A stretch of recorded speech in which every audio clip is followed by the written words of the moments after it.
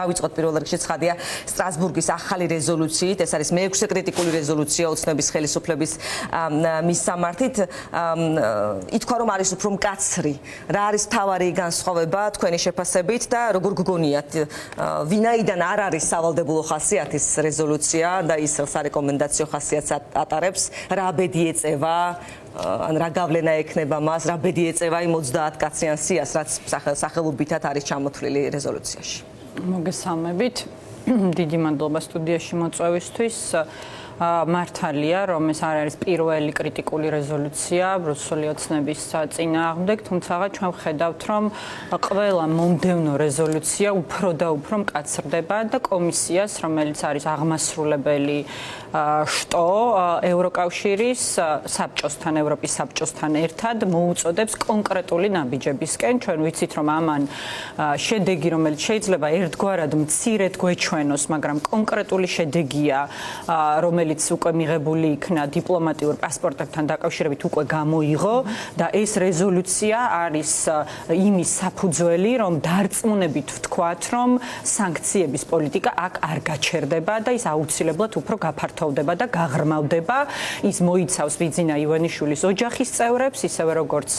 სხვადასხვა ჩინოვნიკებს, პროპაგანდისტებს და რაც ძალიან მნიშვნელოვანია, რაზეც მე პირადად მუდმივად ვაპელირებ,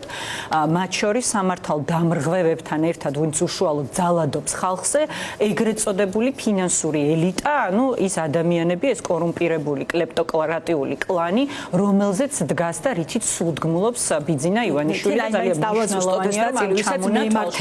არიან ასეთი ადამიანები. აი, ვისაც მიემართება ოცნება, სულ აპელირებს ამაზე, რომ აი სარეკომენდაციო ხასიათი აქვს ამას და ასე შემდეგ. ევროკომისია, ევროპის საბჭო, ევროკავშირის წევრი ქვეყნების მთავრობები, პარლამენტები, ვისაც გადაეგზავნება ეს,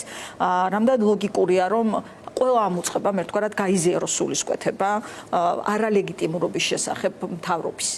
აი ხო ამ ვითარებაში მაშინ როცა უპრეცედენტოდ მწვავეა ეს ტექსტიც. კი, ისევე როგორც ამერიკის შეერთებულ შტატებში კონგრესის გადაწყვეტილების აღსრულება ბუნებრივია უნდა მოხდეს აღმასრულებელი ხელისუფლების მიერ. ხო, ამ შემთხვევაშიც ევროპარლამენტის გადაწყვეტილება არის პოლიტიკური განაცხადი, მაგრამ ძალიან მნიშვნელოვანია, რომ ეს ფრაგმენტულად რომელიმე ერთი პოლიტიკური ჯგუფის გადაწყვეტილება არ არის, არამედ 400-მა ევროპარლამენტარმა დაუჭირა მხარი ამ რეზოლუციას, რომელიც კონკრეტულ ნაბიჯებს მოითხოვს ევროკომისიისგან და ევროპის საბჭოსგან და ეს არის პოლიტიკური განაცხადი იმასთან დაკავშირებით, თუ რა კონკრეტული ნაბიჯები უნდა გატარდეს. ხა იქ ისეთი მწვავე მომენტებიც კი არის ნახსენები უკვე პირველად, როგორც არის მაგალითად უვიზო მიმოსვლის დროებითი შეჩერება, რაც ძალიან ამაზე პირდაპირ გეტყვით, რომ ევროპული პოლიტიკოსები დიდხანს თავს იკავებდნენ, რომ ამგვარი რეკომენდაცია გაეცათ ევროკომისიაზე და ევროპის საბჭოზე. რატომ? იმიტომ რომ ეს არის სიკეთე, რომელთაც სარგებლობენ საქართველოს მოქალაქეები, მაგრამ ასევე ვიცით, რომ ეს არის სიკეთე, რომელიც დაფუძნებულია ღირებულებებზე, საერთო ღირებულებებზე, ფასეულობებზე, რომელსაც ტოტალურად არღვევს ბიძინა ივანიშვილი და შესაბამისად ბიძინა ივანიშვილის ხელისუფლებაში დარჩენის პირობებში ქვეყანაც და საქართველოს მოქალაქეებიც საფრთხის ქვეშ დგებიან, რომ ეს ერთი მნიშვნელოვანი სიკეთე, რომელიც ჩვენ ჯერ კიდევ გვაქვს ევროკავშირთან მიმართულებით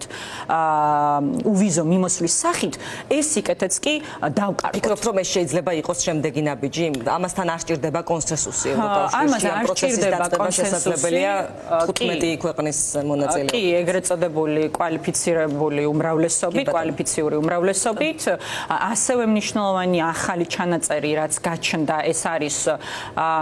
EU 25, ანუ სწორედ სლოვაკეთის და თქვენ წინა სიტყვაშიც ახსენეთ და ეს მნიშვნელოვანია იმ თვალსაზრისით, რომ იზოლირება მოხდა და გამოკვეთა იმ ორი ქვეყნის, რომელიც ხელს უშლის კონსენსუალურ გადაწყვეტილებებს, ანუ ფინანსური სანქციების დაწესებას ევროკავშირის დონეზე. აი, ნახეთ რა მინდა კითხოთ სწორედ ამ კონტექსტში. ხომ 65 ქვეყნიდან 5-ს უკვე აქვს დაწესებული სანქციები, ხო? ეს არის ლიეტუვა, ლატვია, ესტონეთი, ჩეხეთი, გერმანია. რა უშლის ხელს საფრანგეთს, რომელზეც ცალკე ჩანაწერი მოხვდა ივანიშვილის დასანქცია სანქციებისკენ მოწოდების თაობას. და ეს თავისთავად ძალიან მნიშვნელოვანია, ხა ჩვენ როდესაც სიახლეებს გავდივართ, ესეც მათ შორის სიახლეა, ხო? ის ჩამონათვალით სიახლეა, რომელიც გაფართოვდა, უვიზო მიმოსვლაზე აპელირება სიახლეა, მათ შორის კონკრეტულად საფრანგეთზე მოწოდება, რომ ჩამოართვას ეს რაღაც ღირსების ორდენი, მაგრამ ამავდროულად აქ არ ჩერდება ეს მოწოდება, ამავდროულად დაუწესოს ფინანსური ინდივიდუალური სანქციები ბიძინა ივანიშვილს და ნუ ვარავინ ჩავთვლით, რომ ივანიშვილი მოწყვლადი არ არის ამგვარი ზეწოლის მიმართ. კი გასაგებია, რომ მან თავის ფინანსური აქტივები გარკვეულწილად გადაალაგა ამერიკული სანქციების მოლოდინში, მაგრამ მერწმუნეთ, რომ ის არ არის მომზადებული იმისთვის, რომ ევროკავშირის გარეთ მაგალითად დიდმა ბრიტანეთმა დააწესოს სანქციები, ან იგივე საფრანგეთმა დააწესოს სანქციები და რაც მთავარია, კიდევ ერთხელ ვიმეორებ, მისი გარემოცვა, მისი ოჯახის წევრები, რომლებსაც ახლა უწევთ, რომ ქეშით ოპერირებდნენ, ეფექტიანობა დაახლოებით წარმოსადგენია, მაგრამ რატომ არ აკეთებს თქვენი აზრით ამას საფრანგეთი ამ დრომდე? იცით რა არის, ხა ჩვენ ხოლმე გვესმოდეს, რომ საუბარი გვაქვს დემოკრატიებზე და დემოკრატიულ ქვეყნებზე, სადაც გადაწყვეტილების მიღება ამოვიჩემეთ, რადგან მოქალაქეა და ხდება, რომ აქ როგორც არის ბიძინა ივანიშვილი მოსამართლე იქნება თუ პარლამენტის თავმჯდომარე, დე ფაქტო პარლამენტის თავმჯდომარე თუ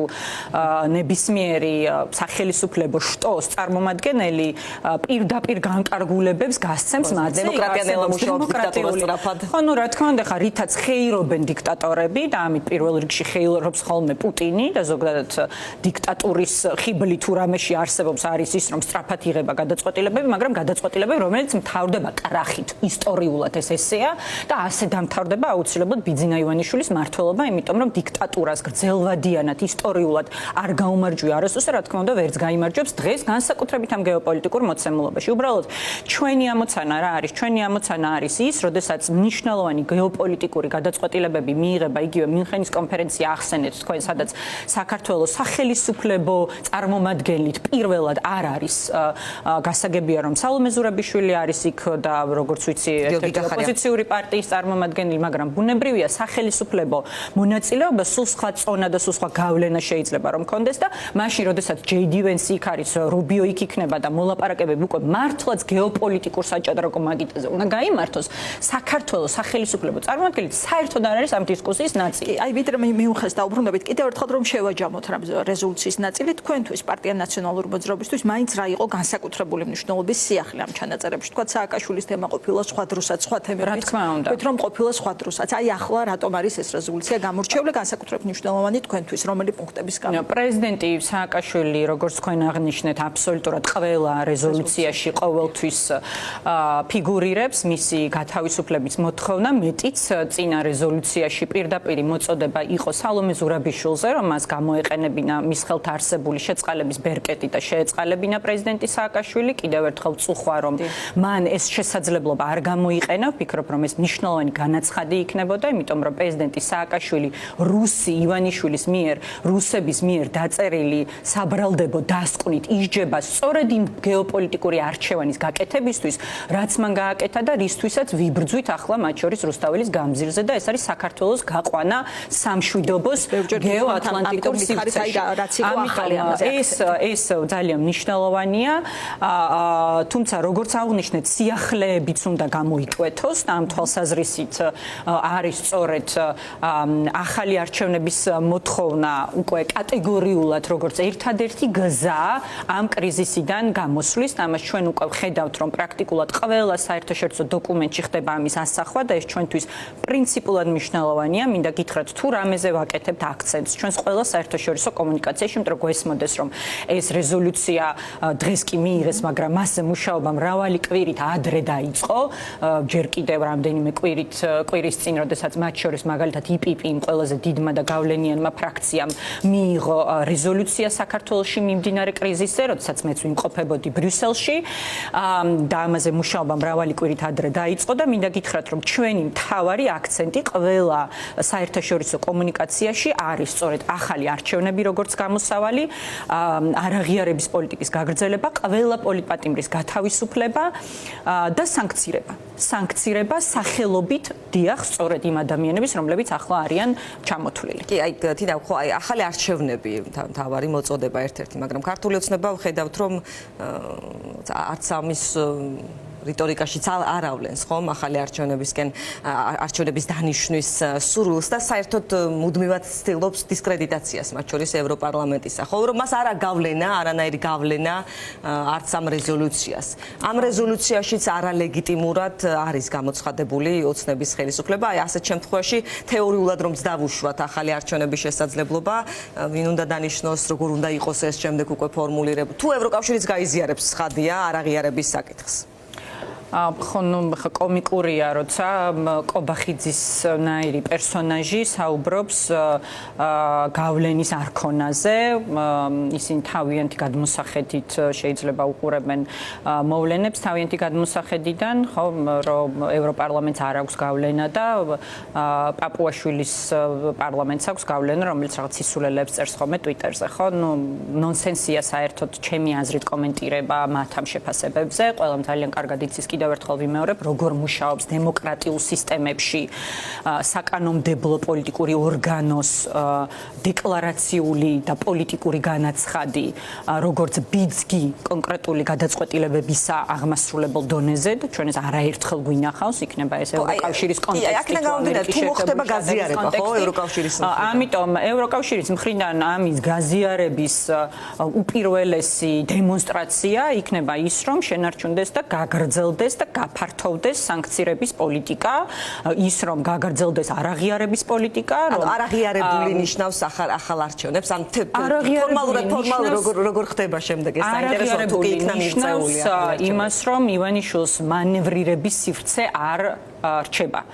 მისი ამოცანა რა იყო, რომ ამ არალეგიტიმურ პარლამენტს და არალეგიტიმურ დე-ფაქტო პრეზიდენტს რაღაც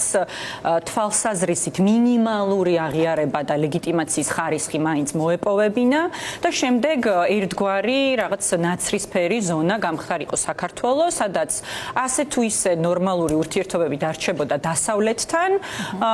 და ასევე გააგრძელებდა სტრატეგიულ პარტნიორობას, მაგალითად ჩინეთთან, გააღრმავებდა ურთიერთობებს ირანთან, გააგრძელებდა სანქციებისთვის გვერდის აავლას რუსეთთან და ასე შემდეგ. და ახლა ეს რეზოლუცია რას ამბობს სინამდვილეში, რომ არა, საქართველოს ეგრეთ წოდებული გრეი ზონა, ანუ საქართველოს ნაცრისფერი სივრცე არ იქნება, რატომ? იმიტომ რომ ქართულ ხალხს აქვს გაკეთებული ეს სტრატეგიული არჩევანი. არა, იმიტომ რომ ეს ასე უნდა რასა იუკნევიჩიანეს საქართველოს მომხსენებელს ევროკავშირში. არა, იმიტომ რომ ეს ასე უნდა მიხაელ გალერს და ნებისმიერ სხვა ევროპარლამენტარს, რომელსაც უდიდეს პატივს სცემდა, რომელიც ძალიან ბევრს მუშაობს ჩვენი ქვეყნის ევროატლანტიკური მომავლისთვის.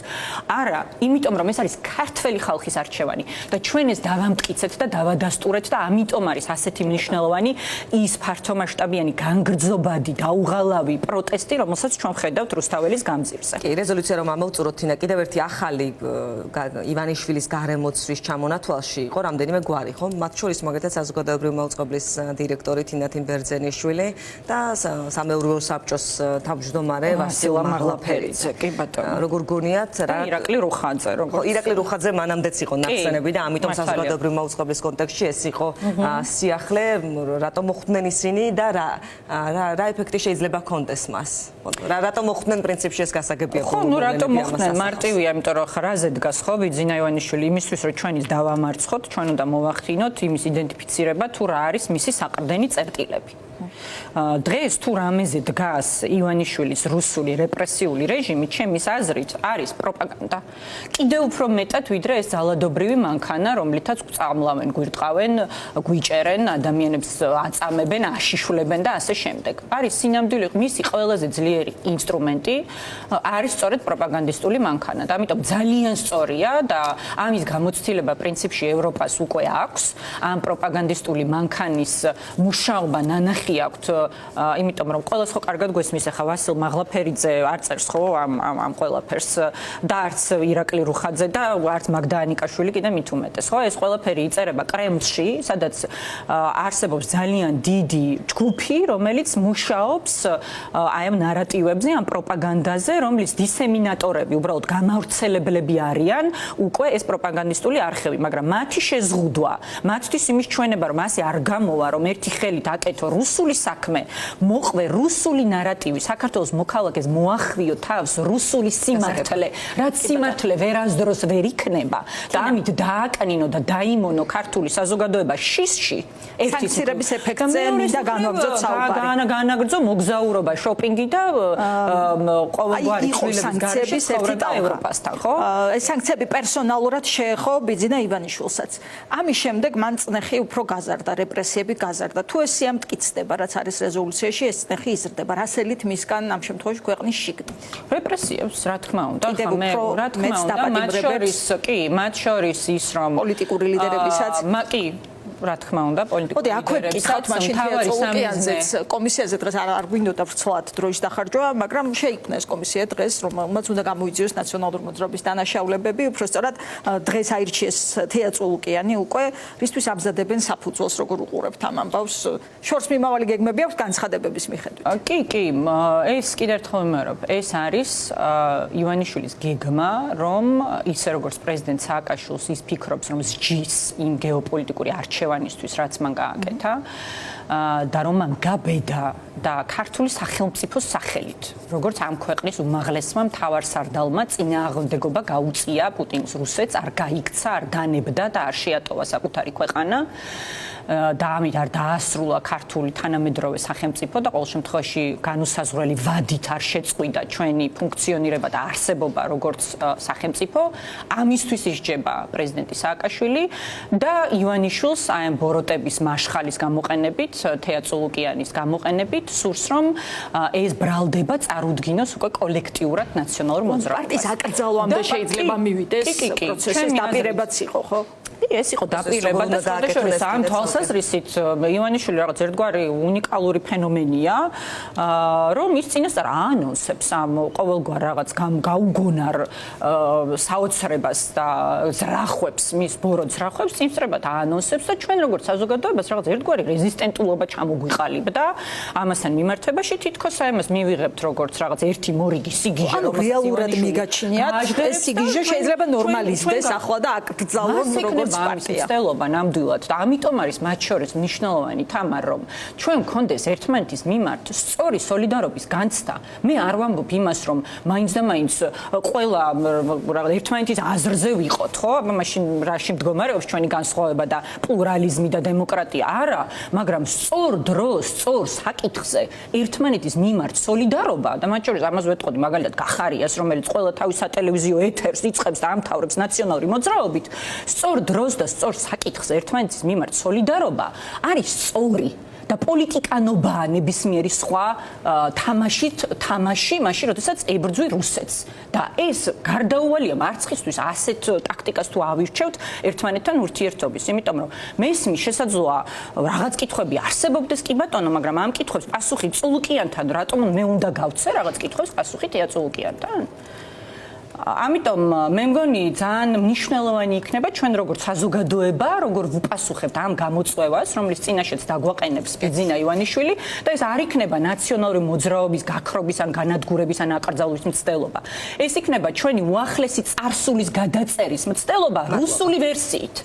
და ჩვენ თუ მივცემთ ამის შესაძლებლობას როგორც საზოგადოებმა რომ ივანიშვილმა ნაციონალურ მოძრაობაზე თითის გაშვერით მათი პროპაგანდით საქართველოს უახლესი ისტორია რუსულად გადაწეროს მაშინ მე მგონი ძალიან რთული იქნება ჩვენთვის სხვათაშორის გახარიას მოგიწევია ჩვენი გამარჯვებარი ამაზეც ვკითხავ რომელიც წადია და რომელსაც მჯერა და რომელიც ვფიქრობ რომ გარდაუვალა დინა ბოკუჩავა ნაციონალური მოძრაობის თავმჯდომარე პასუხობდა ჩვენ შეკითხვებს